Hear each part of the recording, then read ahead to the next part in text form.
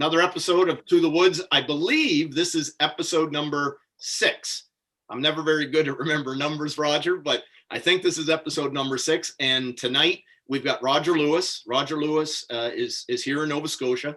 I introduced a few things about you, Roger, on my Facebook video that I did earlier. But for anyone out there that may not know you, new hunter, or perhaps, perhaps someone that just hasn't been connected, tell us a little bit about yourself as far as experience and some of the things you do as a hunter. Sure. Yeah. I'll try to make it kind of quick.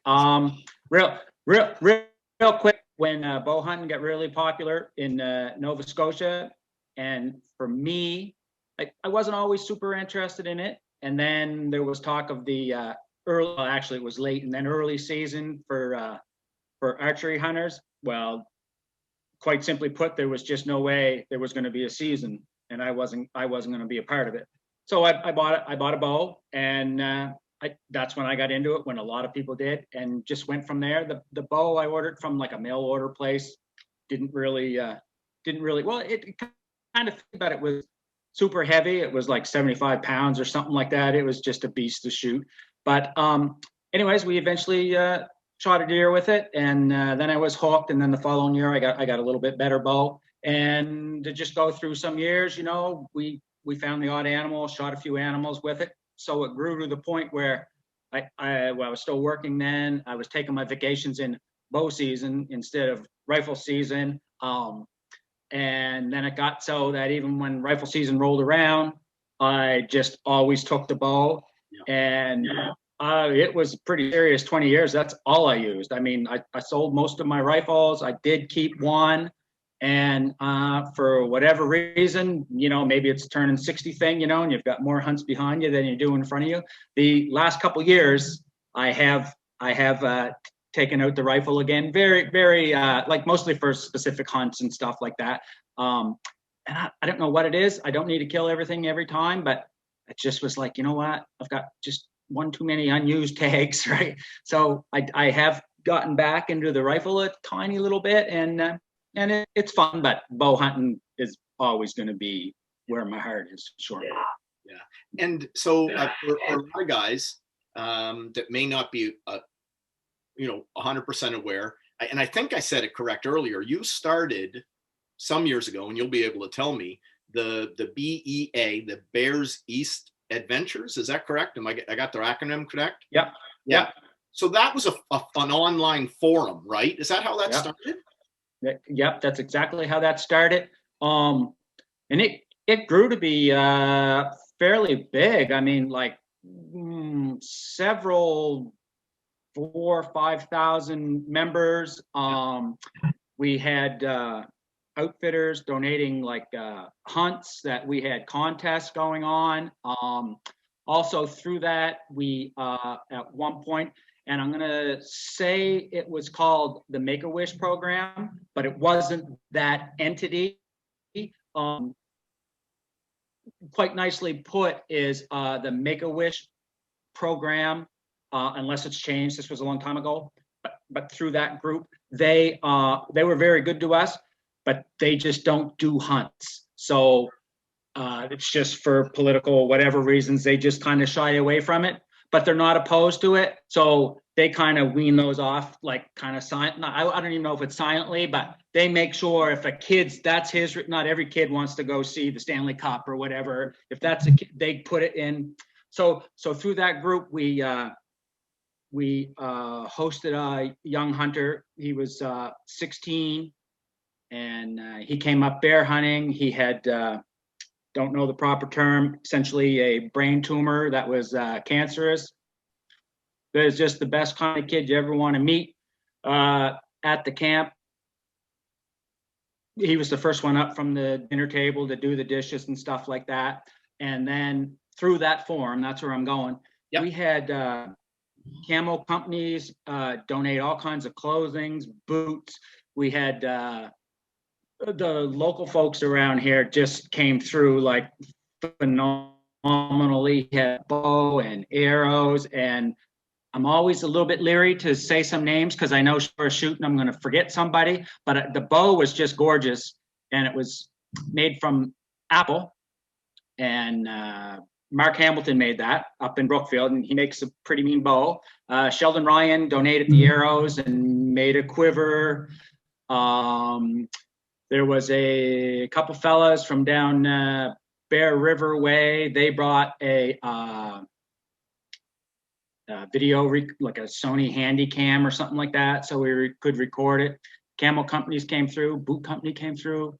So it was a big deal, and that was all through that forum. And then before I get too far away, because we don't really want to talk about the forum, that's done. Essentially, Facebook killed forums. Yeah. Like everybody had their own forum, if you wanted it, like so. So we eventually we let it go, and well, I'll just leave it at this. Sometimes in the world, bigger isn't always better. Like sometimes I think the most enjoyable years is we had like some 300-400 members who some people I never ever did meet, but we sort of became friends, like a little bit tighter.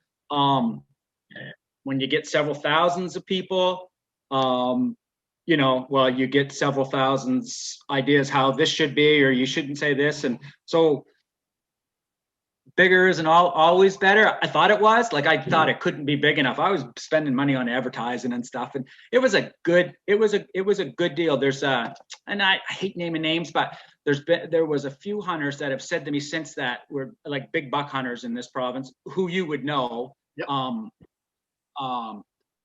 They said they learned how to bear hunt from that forum, and now they're telling me stuff about bears. So that was kind of neat. But probably the highlight was how not the whole, but a huge chunk of the hunting community came together for this young fella's hunt. So, and that was all through the forum, right?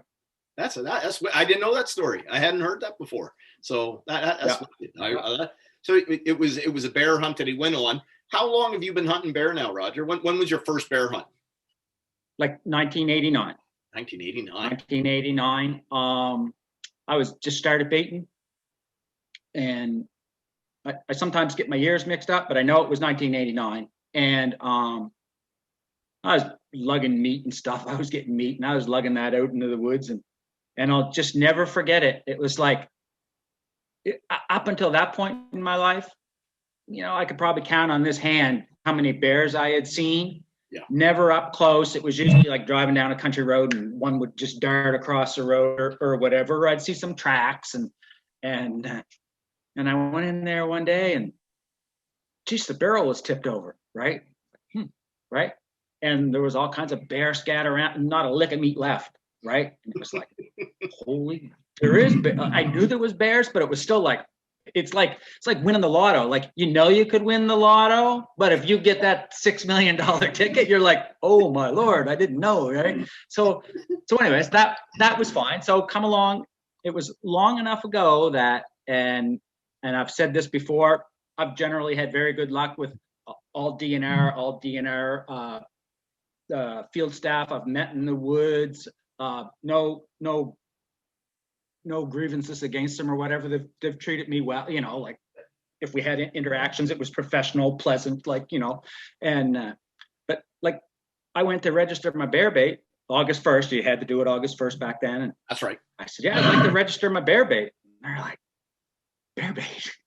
What register? What? They didn't even know, right? Because nobody had ever done it down there. They're like it's August. Like you can't hunt bears until whatever the date was. I think it was always the second Monday. So I literally had to kind of explain it to them, you know what I mean? Yeah. And so fast forward a few years, and you had to be there at 8 o'clock in the morning if you wanted the good. It just caught on like wire fire, right? Yeah. So I've been doing it for a long time. I always hate saying that. Like literally, I did guess there was no internet or whatever, because I just learned it. I just went out and did it. Like I didn't know nothing about nothing. And I'll always remember that first year rolls around, and so I'm up the tree like noontime or something, because I can't wait till dark. Yeah, I was like, I've got to get there, right? So I grabbed my bow and up the tree I went, and And I wouldn't have known much about bears then, but I saw a sow and a cub come in. So I knew it was a sow. Luckily, she had a cub. Lord knows, what would have happened, right? So they fed and wandered away, and so that was fine. And it just happened to be a gorgeous fall night, like just need like a hoodie on. It was perfect. And I was like, this is amazing. I just saw bears, and then so comes getting on dark, and that last 10 minutes, well, them bears had never seen a bait. It was a lot. The woods were alive, like whatever I saw. And then, there was bears in behind me, and some inexperience, some little bit of nervousness. I didn't shoot a bear that first night. There was probably a couple there that I would have, but I think there was so many bears that they just didn't settle down. And I was just like, if this would have been today, I'd have like blown up my data on my phone, because I'd have been texting everybody who would listen to me, right? And it was like, just literally, I'm like, man, oh man, what is this? Is just insane. And of course, no communication. I was like, I just can't wait to tell my father, but like, they're not going to believe this. And I had, I got enough thoughts in my head, but my head was just scrambling, right? And anyways, so it was literally like, this is the most fun I've ever had. Like, and so I was watching them and watching them and watching them, and then boom, it's dark. It just got dark on me. And it was like, oh, I got to get down now, right? So I had to get down, and I didn't have it set, like I literally had to walk past the barrels and past the bears to get out to my truck or whatever. And, of course there was no trouble, but I'll always remember that night. It was like, I was like King Bear Hunter up in the stand, until it was like, all of a sudden, it was just like, didn't even realize it. It's like, all right, now I got to get down, right?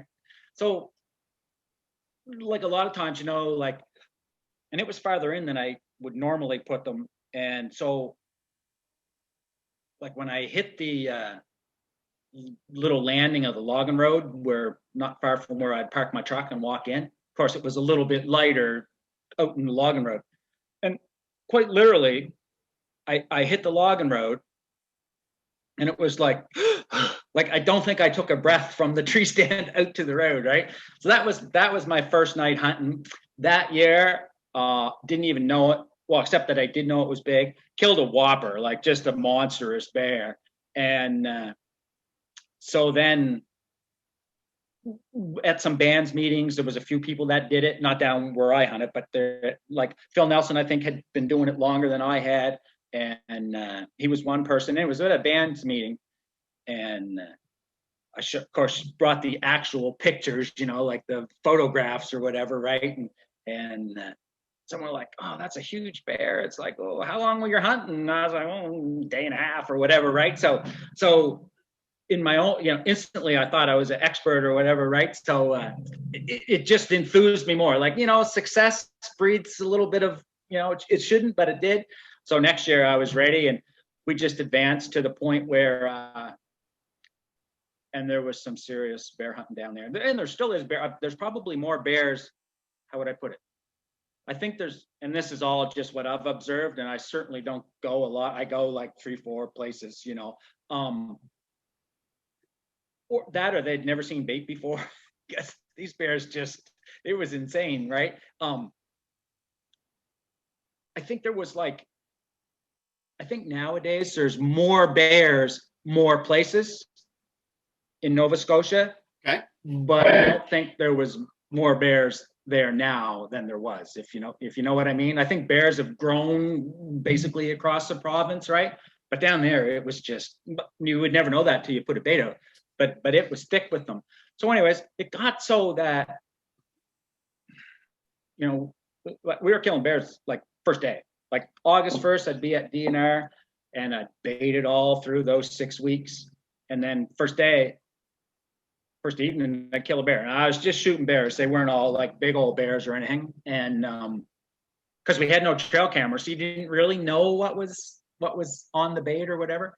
So first bear that come in that looked like a bear, I would shoot it. And so then it got so, still no idea or no desire to guide or whatever. I often say, like, I only hunted or I used to say, like, you know, if I didn't hunt with my family, and my family would be like my dad or my brother, Yep. then I hunted alone.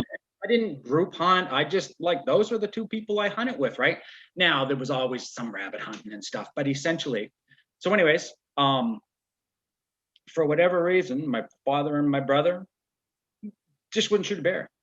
No desire to shoot a bear. So we'd do all this work, and then first day or second day, whatever, we'd have the bear done, and it would be like, I just can't, I'm not mentally prepared to leave this alone, right? So I just kept baiting and, you know, whatever. And so then it was like work friends and like other friends. I'd say, you got to come down. You got to come down and try this. Like, you know, I've got this bait. I've already shot a bear. There's, you know, a bunch of bears on it.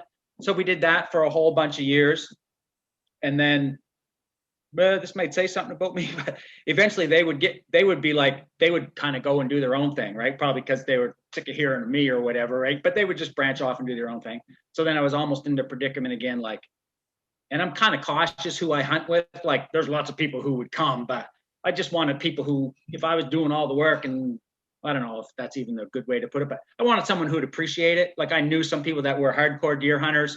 Well, some of them weren't even hardcore deer hunters, but they loved it. You know what I mean? They had like their 4 Saturdays. They weren't in the position where they could take a week off through in November. So it was that. But then anyways, a lot of those people were out on their own doing it. And so somebody said to me, you know, I hunt up in New Brunswick each spring, who hunted at my bait site. He had a camp 4 miles up the road, and then they started running their own. And he's like, this is as good as up there. And these guys are charging, that's the thing too, right? We were charging more then than I see being charged now. We were charging 1,500 American dollars, right? Now, if it was a Canadian hunter, I would sometimes do a 1,500 Canadian or whatever. So anyways, that's how we got into it, right? I was like, oh, I don't know, we'll see. And just did a little bit of advertising and stuff. And then the next thing, bam, just started coming. And then it was word of mouth. We spent very little on advertising because bears sell, right? You can promise the world, but it's all about results, right? And I'll tell you this story, and I don't know how interested it is to anybody, but it's interesting to me. I had this fella, and his name was Dan something, and I wished I could have saved him or whatever, but he must have sent me 40 emails, right? Just like, how do you do this? He's like, describe this bait. What do you do in this situation? Anyways, he was like a hunter's hunter. I mean, I didn't realize it. I just thought he was some guy giving me grief or whatever. And he's hunted all over, loved black bears, always went to Manitoba, killed some whopper black bears. And I don't remember, but wherever he went, like, he wasn't like a rock star hunting. He still paid his way, but he was shot for some bow company and stuff like that. You know, he had some sponsors or whatever. He had a lot of good contacts. And Manitoba just got out of his price range. They were like 25 and like in the Riding Mountains, right? And so we came here because I was like literally under half price. And he's like, well, you know, I'll give you a shot, sort of thing. And so we came, and I didn't know what he was thinking. Like, he was like he could sit still, like he could hunt, right? And he saw bears every single night. I don't know, he saw like 16 bears or something like that. And then along about Friday came, and he literally told me that he's seen the biggest bear he'd ever seen in his life. And this was in Guysborough, Nova Scotia, right? And he'd been to Manitoba. And he said, and he wasn't like fluffing me, because he was giving me grief all week about, is that how big they get or what? And I was like, I can't make a big one, right? You know, and he passed up probably like 300 pounders, right? No. And he said, was biggest bear I've ever seen. And he said, I seen it come in, and he said, I just sat there. He said, my bow was hanging, and he said, all of a sudden, he said, the thing just looked around and it was gone. And he said, I should have had him. He was there like 30, 40, whatever seconds, not a long time. And he said, like in Manitoba, he said, they're not even spooky. Like, he said, there's so many bears in Manitoba. He says, the outfitter, he says, they drive you in right to the bait on a 4-wheeler, And he says, the bears don't even leave the barrel. Right. And he said he saw this bear. Right. So anyways, he sent me a lot of people because he went back down to the States, and in his circle of hunting friends, said, you got to check this guy out or whatever. Right. And so we had quite a few of them come up, and we shot some pretty good bears. So, and then it just grew and grew and grew. And then, and I mean, I was always small. I was like, my dad and my brother helped me, but they weren't guides. They couldn't go, like, they couldn't legally take and I guess there might be different answers to this, but when I asked, I said, "Cause my father go pick that hunter up?" And they said, "No, he's guiding then." Right. It's like, wait, he's not guiding. He's just a taxi service. I'm not guiding. I could drop them off in the morning and go to work, and I was guiding. Right. But my dad couldn't go. Anyways, long story short, they helped me bait and lug and bag and, all the work that's involved. And then they both passed away in like bang, bang, subsequent falls. And it just got too much work, and kind of it just been there, done it long enough. And it was just time to, I wasn't enjoying it, I guess is what I'd say. Right. Doing it all by yourself, and because I said to my wife, Mary, one night, and I'm only half joking, but it was like, after you do one or two bears one evening by yourself, right? And then you got to get up and go the next day. It's flat out work. And I said, I don't think I'll ever be a very good guide. I said, because there was a few nights I was kind of hoping for the bears. Like, I was just talking, right? That's exaggerated, but I said that's a sign of a bad guide when you're hoping they don't get one. And I don't really mean that, but we had some good fun. I met a lot of really good people, and knock on wood. And, sometimes stories you always have to take with a grain of salt. Yep. Obviously, I had people that I liked a whole lot better, who I became friends with. Some of them I've gone down to, like, elk hunting at their house. We stayed in, whatever.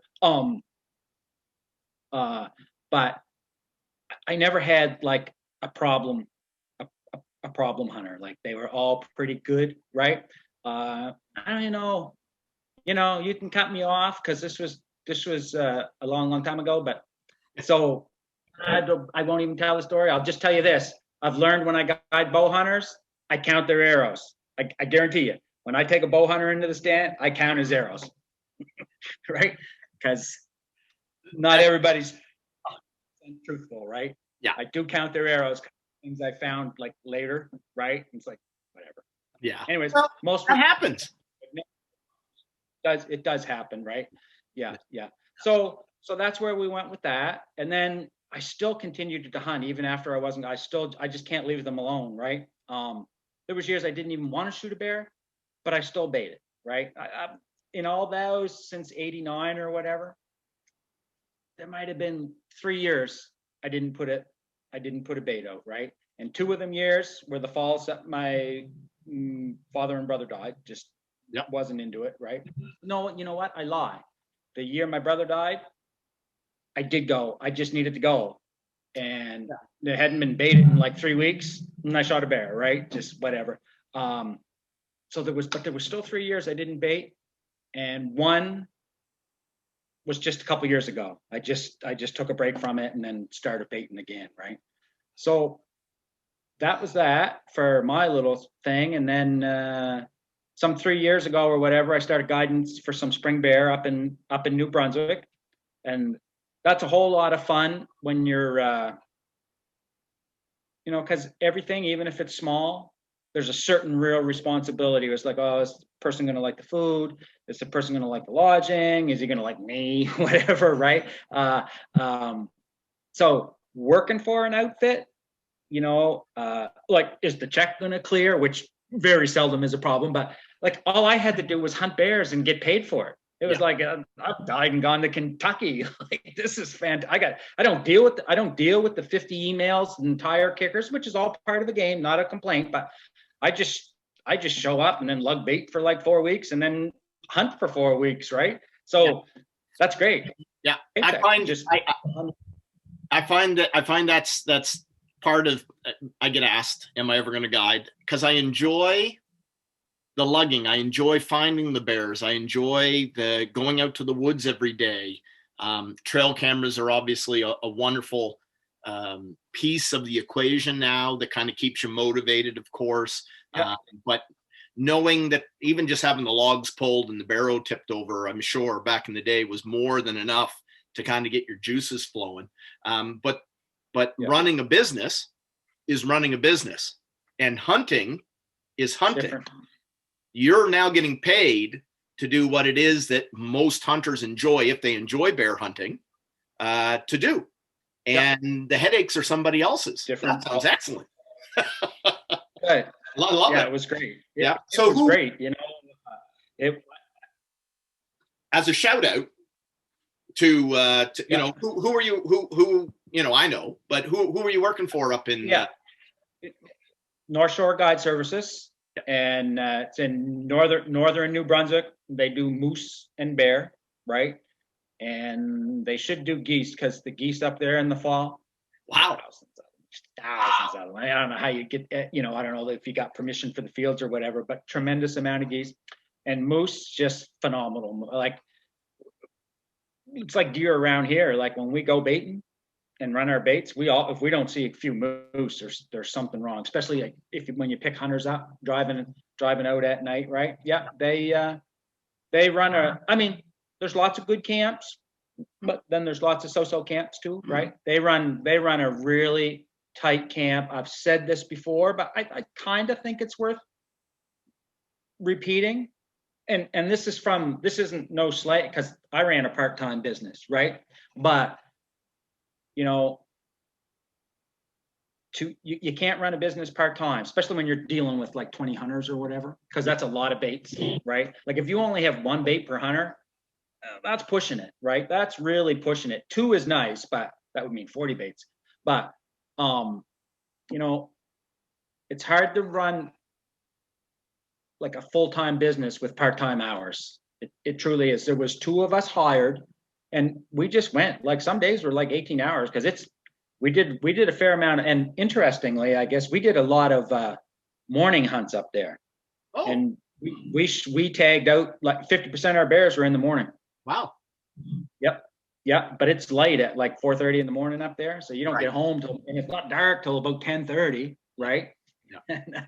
So 2 of us were full time, and then the owners would be up there, not all the time, but when they were up, they were working and guiding and that. It's busy. It's busy, like especially when you get like we've had groups of like 5 hunters, and that first evening you're just praying somebody tags out. Because right now it might be, depending on how we hunt it, it's like I got to get 3 people out of the woods, and I don't want to pick this dude up at midnight, right? No. So once you get a couple people who take a bear, now I like one-on-one. That's what I'm trying to say, because I can chat more. I've got to know people way more. When you've got 2 or 3 people, I mean, you don't have a lot of time, right? And then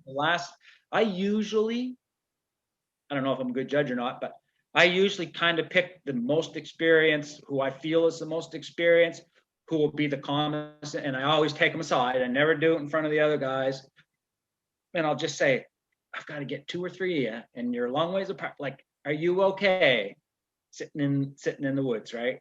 And they almost always say yes, but they're not. But they're not.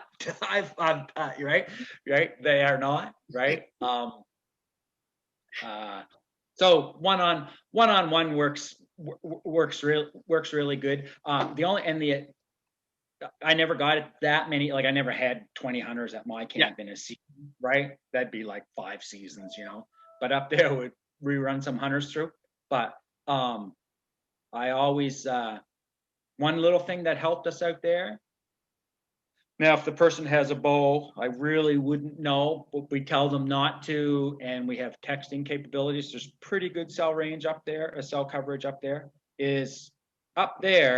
which is probably a flaw in the law, but New Brunswick is a big old province, and it might have changed last year, but of course we didn't hunt last year. There's talk of changing it, but anyways, this is off subject, but it's an interesting point when you're talking about bear hunting. Up there, it's full scale daylight. I mean, full scale light, and legal shooting is over. Oh, Oh, and I say full, I'm talking in bear hunting. It's like 15 minutes before it's dark. And I don't mean an iffy black blob. I mean, but now they tell me, and I have, but never guided.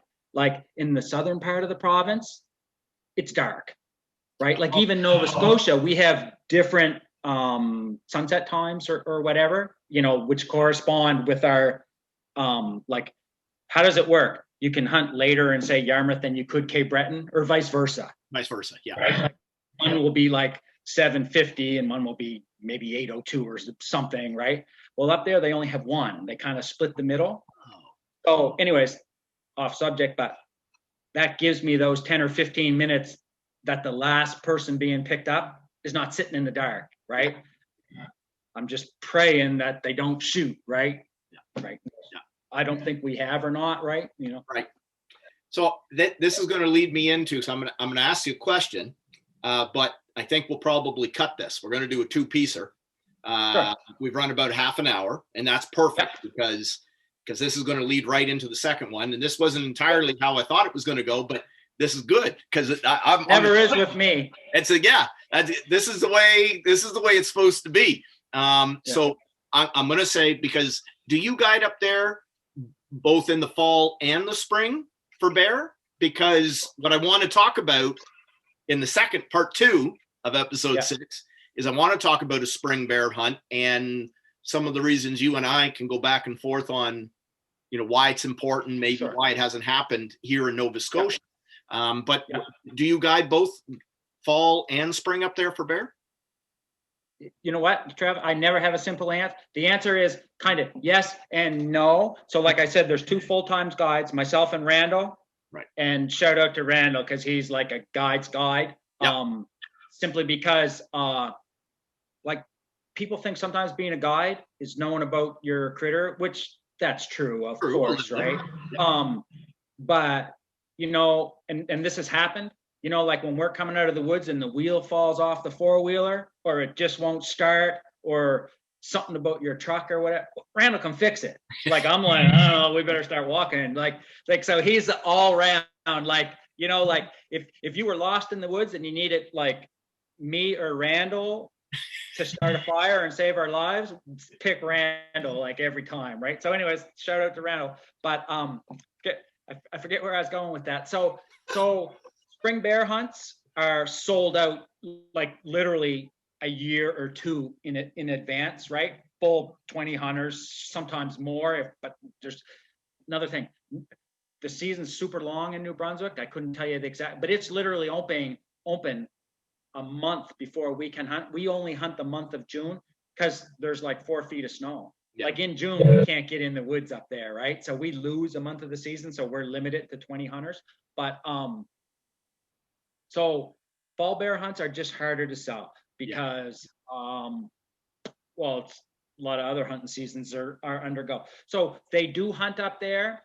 I occasionally go up, but they get mostly so few hunters.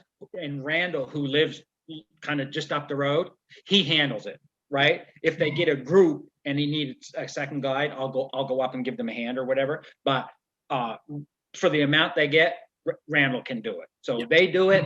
I only go up if they're super busy because spring bear hunting is where it's at. Like spring bear hunting is where it's at.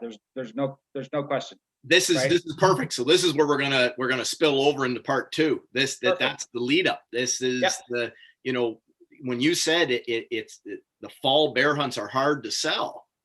I think about why is it that some of our outfitters here. It's almost like it's only a part-time gig for most guides / outfitters in Nova Scotia, kind of for that reason, because we're missing the best piece of the puzzle to bring non-residents to Nova Scotia. Like you absolutely are. It's crazy. So what we're going to do, we're going to part here. And this is going to be the end of part 1. And we're going to pick it up again. Look for part 2. I'm going to put them back to back for anybody who's watching. I'm putting them both up probably tomorrow morning if I don't get them out tonight. So part 2 is going to be followed up right away. Other than that, thanks, Roger. All right, it's getting a little late, but just some final thoughts on that. I mean, this is part one with Roger, and that was a lot of fun speaking with Roger. And the next conversation, part two, we're really going to start to dive into that spring bear hunt thing, and I think you guys will likely enjoy that conversation as much as listening to some of the wonderful stories and comments that Roger had to make in part one. So, yes, so indeed, just kind of, I know that this is, over a half hour, and part two is actually going to be longer than part one. So get yourself a cup of tea, or a whiskey, whatever it happens to be time of day that you are sitting down to watch part two. But be sure to take some time and watch it. And I really feel like it's an important conversation that Roger and I are having. And those of you who are familiar with, the woes of trying to get a spring bear hunt here in the province of Nova Scotia, that we've had, will enjoy it. And for those of you that are new to the entire thing, or perhaps even, new to hunting in general, there's a lot of information in the second one that I think you'll enjoy. So thanks to Roger for joining me for part one, and to you guys, make sure to comment or like and share all of this, and we'll see you in part two, To the Woods.